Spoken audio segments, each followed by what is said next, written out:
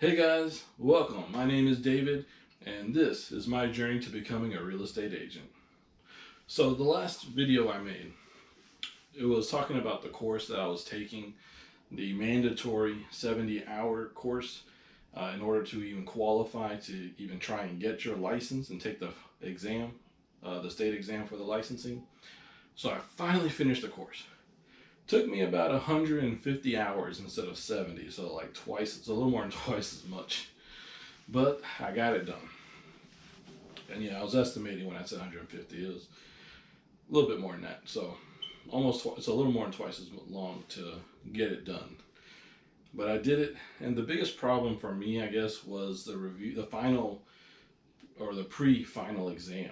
So with the pre-final exam, they broke it into two parts. They had the state, and then they had the federal.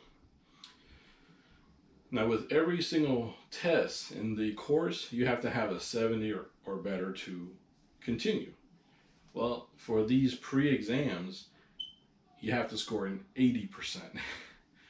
I just kept missing the 80%, and they even state on there, like, make sure that you take the test several times, and each time you're consistently hitting over 80%.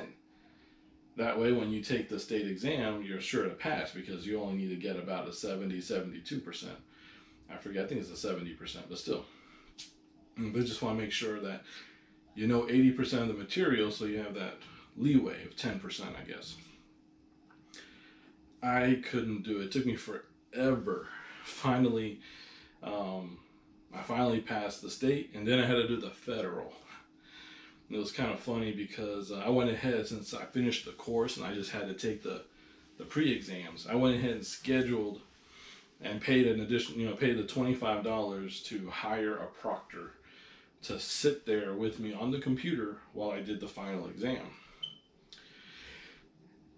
And I still hadn't passed these pre-exams, which are, of course, prerequisites to taking that final exam for the course.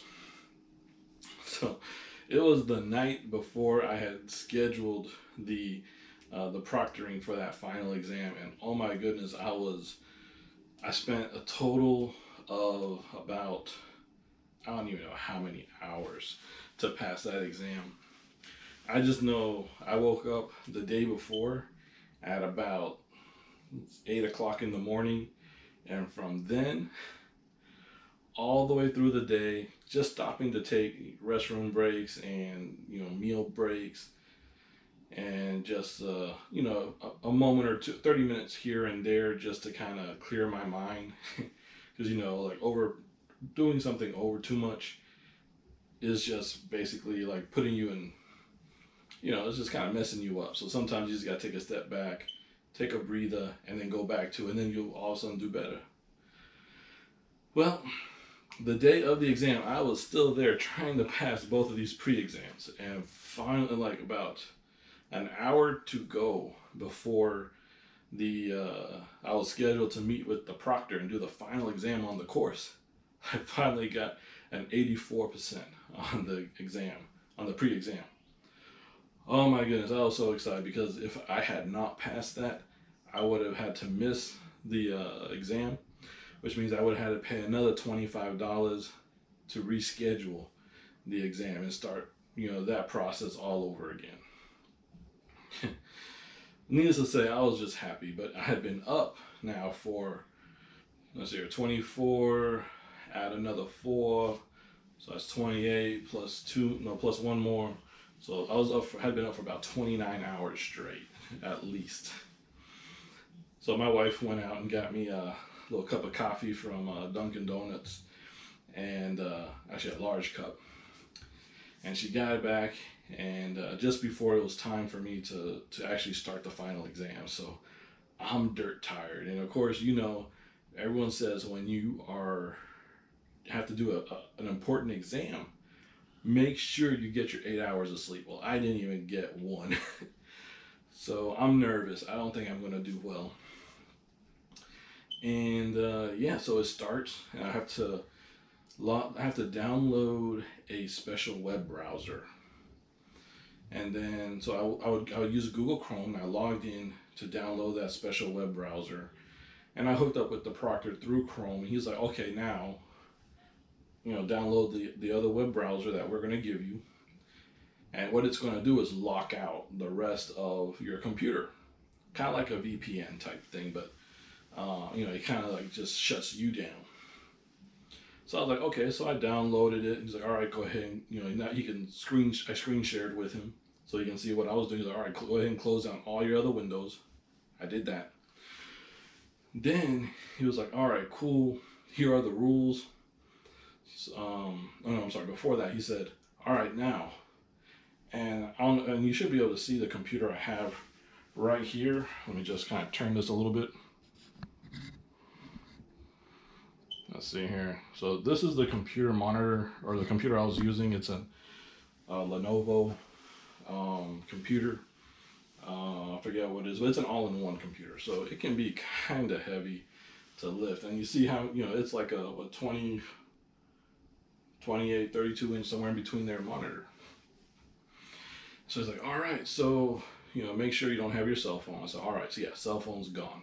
I threw it out before, I threw it out, but took it out of the room, before I even sat down to log in. He's like, all right, now I got to see the room. Okay, so I had to grab the monitor and turn it, and it swiveled only so far. It swivels only so far, and I had to show him every inch of the room, and I had to pan around slowly so he can see. And he's like, okay, so he saw this microphone here, and he's chatting through, through chat, not through speaking through voice. He's like, disconnect disconnect the microphone and put it somewhere else. So I'm like, okay. Disconnected the microphone, I put it on the other side of the room on a little table on the other side. And he could see it in the, through the camera as where I put it. And I was like, is that good? He's like, yeah, that's fine. I was like, all right, now I need to see underneath the desk. So under this desk. Now I was sitting down, so I'm standing up right now. So this desk was lower.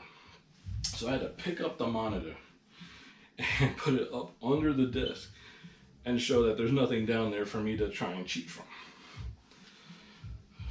Let me tell you, this was kind of crazy to go through. I thought, it was an interesting experience. But yeah, you've been up for 30 hours and now you're taking a monitor, moving it around the room so this guy can see what I got in my office. And finally show him up underneath the table and everything, which actually I have a shelf down here. And, he didn't ask me to like move the shelf or what's in the shelf or anything like that, thank goodness. But yeah. So finally I put it back up there. I was like, everything good? He goes, yeah, it all looks good and everything. All right, now, here's some of the rules. You cannot mouth. You cannot, look like you're speaking words. So if you are when you're reading the questions, do not mouth the words. And I'm like, wait, what? So I told him, like, hey, dude, when I'm concentrating, I mouth the words. I'm dyslexic, so I have to like really focus on what I'm reading. And sometimes I mouth the words. I typed this all to him. He was like, well, don't. And I guess it's because since he had me disconnect the microphone, there's no audio between us. Because he's probably looking at multiple people, and if he has multiple people voicing over, I'm sure it could mess up his speakers and he wouldn't be able to understand anything anyways. So I kind of get it. But yeah, so I did the whole test like with my mouth just like just trying not to mouth while I'm reading these things. I guess it's because he figures, I could be reading out loud, have my wife outside Googling it on her phone or laptop or something and telling it back to me or something. I assume that's the reason why. But yeah, so did that. And let's see, it took me about, I'd say about an hour and a half to 2 hours. I had 4 hours allocated, I believe, for doing the test. And, when I sat down, I did the first question and caught myself mouthing the words. I'm like, oh. And so I read it and I said, oh, crap. I don't remember going over that in the in the course. You know, so I kind of like, well, that's definitely not the answer. That's definitely not the answer. Because I was between these two, and I kind of took a guess and then just went from there. Things started coming back to me. He also said I couldn't eat, but I could drink. You know, so I had my coffee cup there, but I really didn't drink much during the exam. I was so focused on it, I totally forgot I had the coffee there. So I only took a few sips like during setup, and then after that, I didn't touch it. And so all of a sudden, I'm just there, you know, click next, read the question, do the answer, click next, so on and so on. You had a calculator. I had to show him my calculator. You had to make sure it wasn't a graphing calculator. It had to be like a simple, actually I got it right here. Just a simple little itty bitty calculator, not even a scientific calculator. And so he, you know, he was fine with that. So every once in a while I had a math problem and I had to do it. And then finally I got to this point where I clicked next, and then I looked at the question, I read the question, I said, oh crap. And then I realized there was already an answer chosen, and I looked and it was the question number 1. So I was like, oh, whew, thank goodness. So I kind of flipped through a few of them just to, you know, review, like go to the ones that I really wasn't sure about and just totally guessed on.